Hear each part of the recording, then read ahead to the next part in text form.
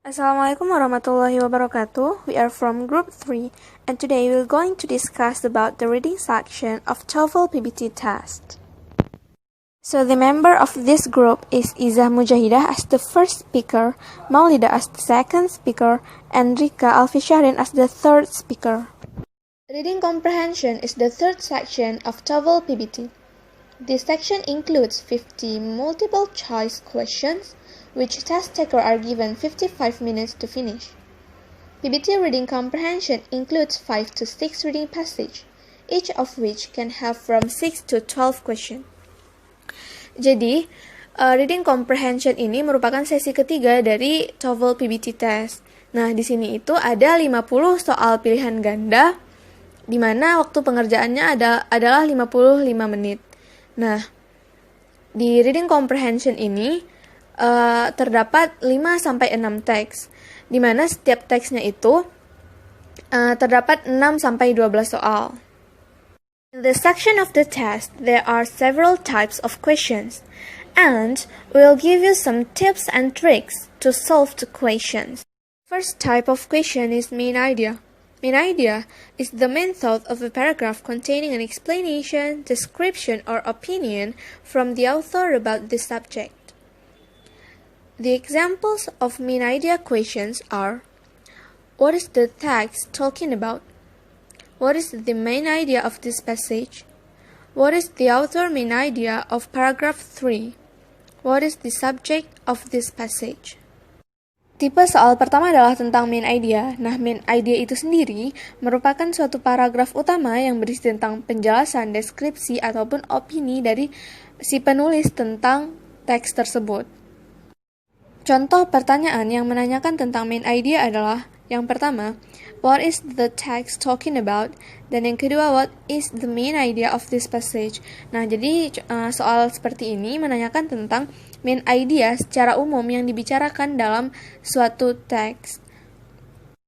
Contoh soal ketiga adalah what is the author main idea of paragraph 3? Nah, jadi soal seperti ini menanyakan main idea secara spesifik di suatu paragraf. Contoh soal keempat ini sama seperti soal pertama dan soal yang kedua. Another type of question is about topic. The topic or theme can be the core of the content of the writing or the title of the article. The examples of questions about topic are: first, what is the main topic of this passage? Second, the text is mainly talking about. Third, the passage is about. Tipe soal lainnya adalah tentang topik. Nah, topik atau tema ini bisa jadi inti dari konten suatu teks ataupun judul dari suatu artikel. Contoh soal yang menanyakan tentang topik adalah: what is the main topic of this passage? The text is mainly talking about, dan the passage is about. Jadi topik ini merupakan pertanyaan yang umum. Teks ini tentang apa? Nah, dia itu umum pertanyaannya. Biasanya topik itu lebih singkat daripada main idea, dan topik ini terdapat di dalam main idea. So, here are several tips or strategies that you can use to solve this kind of questions. The first tip is focus on reading in the main and final sentence of the paragraph. The second is find keywords in each reading, and it's usually in the form of synonym. And the last tip is, if the question is about topic, then usually the answer are in the form of one word or phrase form. Berikut merupakan beberapa tips dan strategi yang kita bisa gunakan untuk menyelesaikan jenis soal ini. Nah, yang pertama, kita harus fokus dalam membaca kalimat utama dan kalimat terakhir di suatu paragraf. Karena topik itu terdapat di dalam main idea, dan main idea biasanya terdapat di awal ataupun di akhir suatu paragraf. Tips yang kedua adalah temukan kata kunci di setiap paragraf ataupun teks. Nah, di sini kita harus menemukan kata kuncinya karena biasanya di jawaban di pilihan gandanya itu tidak langsung serta-merta sama seperti yang ada di teks, tetapi sinonimnya. Lalu tips yang ketiga adalah Pertanyaan tentang topik ini biasanya jawabannya berbentuk satu kata ataupun frasa, bukan berbentuk kalimat. Karena memang topik ini terdapat di dalam main idea dan dia itu lebih singkat daripada main idea. And next type of question plus tips and trick about TOEFL reading. Selanjutnya juga ada detail information. Detail information itu pertanyaan semacam ini tuh pasti akan kita temuin saat mengerjakan tes TOEFL. Lebih tepatnya tuh pada TOEFL reading. Yang mana soal seperti ini akan menguji pengetahuan kita tentang informasi yang ada di dalam narasi, terutama yang sudah disebutkan secara spesifik dalam bagian kecil narasi. Biasanya pertanyaan seperti ini tuh lebih fokus pada what atau 5W1H lebih tepatnya. Tipe pertanyaan seperti ini itu biasanya tuh menanyakan tentang sebagian kecil dari bacaan, bukan bacaan secara menyeluruh, tapi hanya sebagian kecilnya saja. Dan juga biasa bertanya mengenai informasi yang tersurat yang diungkapkan dalam bacaan. Contoh pertanyaannya tuh misalnya according to the passage bla bla bla bla, atau the passage stated that bla bla bla bla. Semacam itu contoh pertanyaannya lebih kurang. Dan apa tips and triknya untuk kita menjawab pertanyaan detail information ini, kita tuh biasanya kan dalam pertanyaan itu kan biasanya akan ada disebut paragraf atau bahkan baris tertentu dalam data information itu, dan kita harus mencocokkan mana yang paling benar dari jawabannya. Dan juga jawaban dari tipe pertanyaan ini itu umumnya dapat langsung ditemukan dalam teks bacaan. Jawaban atas pertanyaan detail information ini itu akan diberikan secara berurutan di dalam teks bacaan, dan kita juga akan dituntut untuk memilih jawaban yang merupakan parafrasa atau pengungkapan ulang intonasi yang sama tetapi dengan kata yang berbeda. Nah, itu cara kita menjawab soal detail information. Dari contoh pertanyaan tadi seperti itu lebih kurang cara menjawabnya. Dan kita tuh bila misalnya ada soal tentang detail information, kita jangan terkecoh dengan kata-kata yang sama. Itu kan banyak jawaban yang dikecoh dengan kata-katanya yang sama, yang seperti tadi saya bilang, untuk dituntut untuk memilih jawaban yang merupakan frasa atau pengungkapan ulang intonasi yang sama tetapi dengan kata-kata yang berbeda. Dan selanjutnya tipe pertanyaan di reading juga ada vocabulary question. Vocabulary question itu suatu pertanyaan yang menanyakan sinonim atau mencari padatan kata yang maknanya tuh paling dekat dengan kata yang ditanyakan. Menjawab soal atau pertanyaan seperti ini itu memang harus ditebak tuh berdasarkan konteks kalimatnya. Jangan hanya menebak asal-asal atau jangan hanya menebak dengan mengandalkan pengetahuan tapi tanpa memperhatikan kalimat bacaannya. Tapi kita tuh kan biasa soal vocabulary question itu biasa what is the meaning of bla bla bla in line 3 paragraph 1. Biasanya seperti itu. Biasanya dia akan disebutkan dia baris keberapa, paragraf keberapa. Dan itu cara menjawabnya, kita harus baca dulu kalimat yang dimana sebuah kata itu ditanyakan secara utuh. Misalnya ditanya di kalimat 3 paragraf 1 misalnya, kita tuh harus betul-betul baca di kalimat 3 paragraf 1. Kita harus cari harus cari di situ apa makna dari paragraf itu tadi. Dan kita tuh harus baca dulu secara utuh, lalu baru kita tebak berdasarkan konteks kalimat tersebut. Jangan menebak hanya asal menebak, tapi kita harus menebaknya tuh sesuai dengan konteks kalimat tersebut. Itu jika pertanyaan tentang vocabulary question. Okay, my name is Maulidia, and I will explain the next type in the reading section. And the next type is inference questions in specific applications.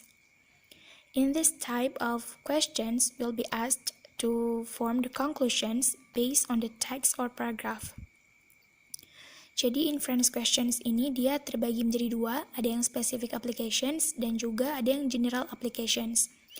Sebenarnya dua-duanya itu sama-sama meminta kita untuk menyimpulkan suatu kesimpulan yang tidak dijelaskan atau disimpulkan secara langsung dalam teks tersebut.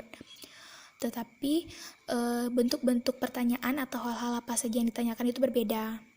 Dan untuk yang pertama ada inference questions and specific applications.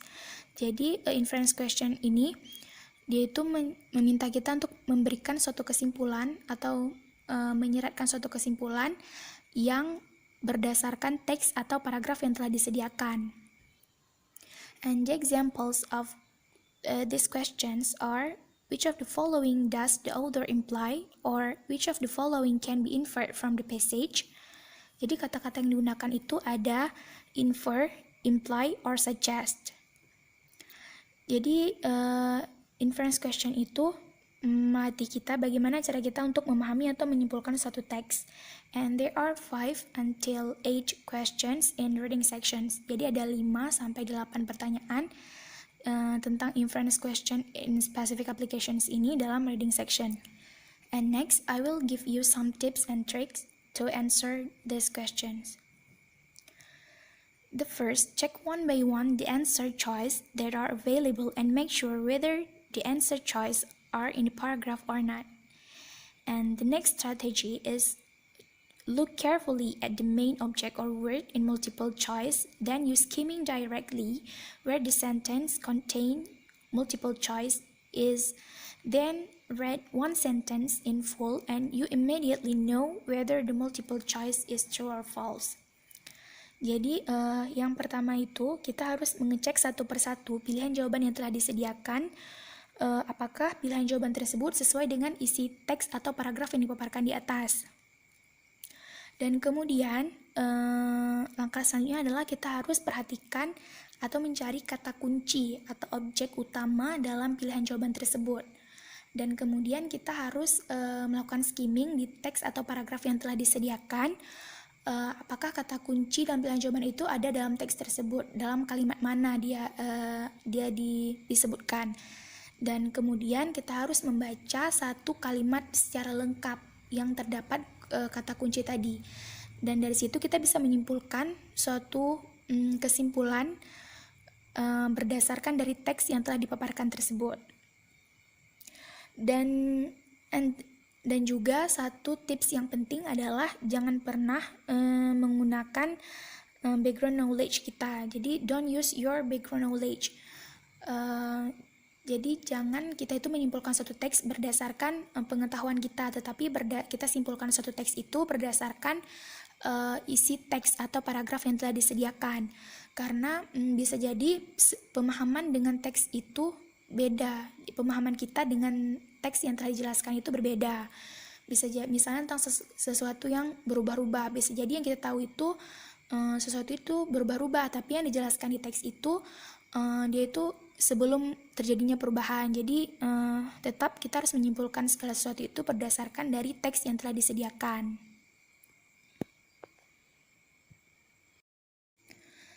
The next type is inference questions in general applications or proposed question. In this type of questions, we'll be asked to apply the information from the general situation section outside these sections, or to ask the aims of the writer. Jadi inference questions in general applications ini juga sering disebut dengan proposed question. Karena di sini meminta kita untuk menerapkan suatu informasi yang umum yang menjadi bagian luar dari teks tersebut. Jadi maksudnya itu yang menjadi gambaran umum atau dasar teks tersebut diciptakan atau dibuat. Atau juga sering disebut dengan tujuan dari si penulis menciptakan teks atau paragraf tersebut. Makanya disebut juga dengan proposed question. Jadi inference question ini, baik yang specific application ataupun yang general application ini, banyak orang menganggap bahwa tipe ini adalah tipe soal reading yang paling susah. Karena di sini kita diminta untuk memahami teks tersebut atau menyimpulkan suatu informasi yang tersirat dalam teks tersebut. Makanya orang-orang menganggap bahwa tipe ini adalah tipe soal reading yang paling susah. And then the examples of these questions are: how does the author feel about the characters mentioned in the passage? or which of the following best describes the author's purpose, or what is the general tone of the passage, and also why does the author mention this paragraph. Itu adalah beberapa contoh pertanyaan yang ditanyakan dalam bentuk-bentuk pertanyaan dalam purpose question. Jadi ada 1-4 soal yang dipertanyakan tentang purpose question ini dalam reading section. Next, I will give you some tips and tricks to answer these questions. The first is make sure you understand the whole paragraph, and then you should know the character or purpose of the writer or the implicit emphasis that becomes the spirit of the writer in making the paragraph. And then look for transition words. And also read every first sentence in each paragraph, and also read the last sentence in the paragraph. And then use the process of elimination. Jadi tips yang pertama yaitu pastikan bahwa kita memahami konteks atau makna keseluruhan dari paragraf tersebut. Kemudian kita harus mengetahui karakter atau tujuan dari si penulis itu, atau penekanan yang tersirat yang menjadi spirit atau semangat si penulis dalam membuat teks tersebut atau paragraf tersebut, yaitu dengan cara melihat transition words atau kata-kata transisi. Kata-kata transisi itu menjadi salah satu clue terbesar bagi kita untuk memilih pilihan jawaban yang tepat, karena biasanya dalam purpose question ini menggunakan kata-kata transisi. Kata-kata transisi yaitu frasa atau kata-kata yang digunakan untuk menghubungkan suatu ide dengan ide yang lain. Jadi contoh dari transition words yaitu ada for the purpose of, in the hope that, in order to, in order that, so that. Jadi dan masih banyak kata-kata transisi lainnya. Kemudian juga kita harus membaca setiap kalimat di awal paragraf dan juga di akhir paragraf, karena biasanya dari situ kita juga bisa menyimpulkan apa tujuan dari si penulis untuk membuat teks tersebut. Dan kemudian yang terakhir adalah gunakan proses eliminasi, yaitu kita harus mengeliminasi satu persatu jawaban yang menurut kita tidak tepat dalam pilihan jawaban tersebut. Contohnya pilihan jawaban yang tidak terdapat dalam teks atau konteksnya itu berbeda dengan teks yang dipaparkan, atau pilihan jawaban yang biasa menggunakan kata-kata yang terlalu ekstrim seperti tidak pernah, selalu, selamanya. Nah, biasanya yang menggunakan kata-kata seperti itu merupakan pilihan jawaban yang salah. Jadi dengan begitu kita bisa memilih pilihan jawaban yang tepat atau yang sesuai dengan teks atau paragraf yang dipaparkan dalam soal tersebut. And the last type in reading section is reference question. So these questions that ask to look at the highlighted pronoun or other reference word in the passage. Then we have to choose which noun in the 4 answer choices the highlighted pronoun refers to. Jadi tipe terakhir yang kami bahas adalah reference question. Jadi reference question ini adalah salah satu bentuk pertanyaan yang dia itu menanyakan tentang arti dari kata ganti yang diminta. Jadi kata benda apakah yang cocok untuk menggunakan kata ganti tersebut, yang mana kata benda itu sudah disebutkan di kalimat-kalimat sebelumnya, sehingga di kalimat setelahnya itu tidak harus disebutkan lagi dan diganti dengan menggunakan pronoun ataupun kata ganti. Jadi reference itu maksudnya kata ganti itu merujuk atau merefer ke kata benda yang mana di dalam suatu paragraf ataupun suatu teks.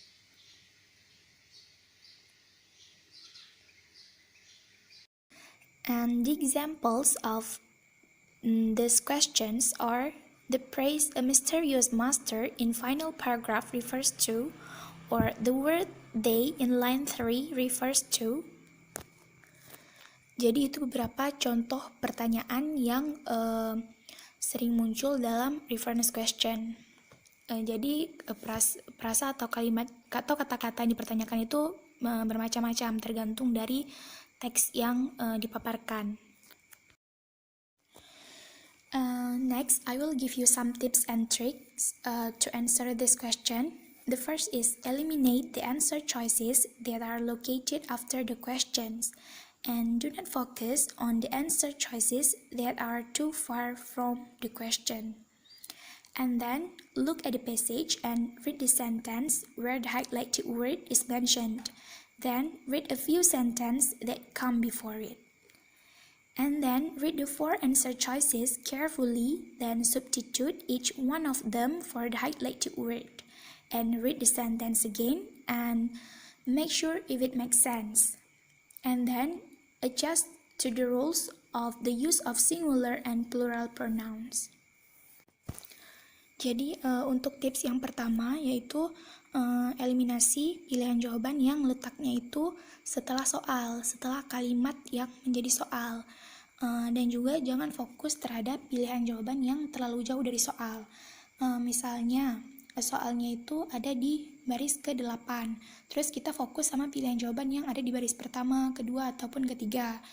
Jadi lebih baik kita itu fokus terhadap pilihan jawaban yang letaknya itu di baris ke-7, ke-6, ataupun ke-5.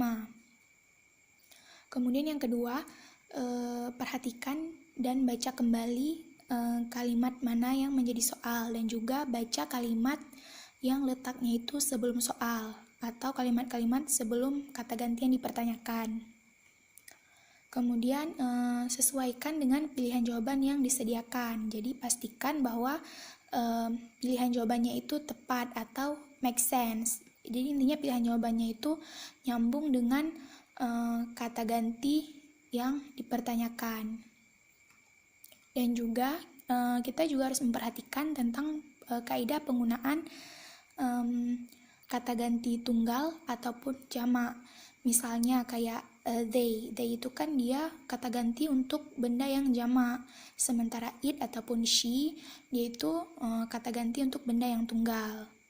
Jadi berdasarkan tips and trick itu kita bisa memilih pilihan jawaban yang tepat, yang sesuai dengan kira-kira kata benda mana yang cocok dengan kata ganti tersebut. So that's all our explanation about reading comprehension in TOEFL test, and we apologize for our mistake. If there are any question you can ask. Thank you so much for your attention. Wassalamualaikum warahmatullahi wabarakatuh.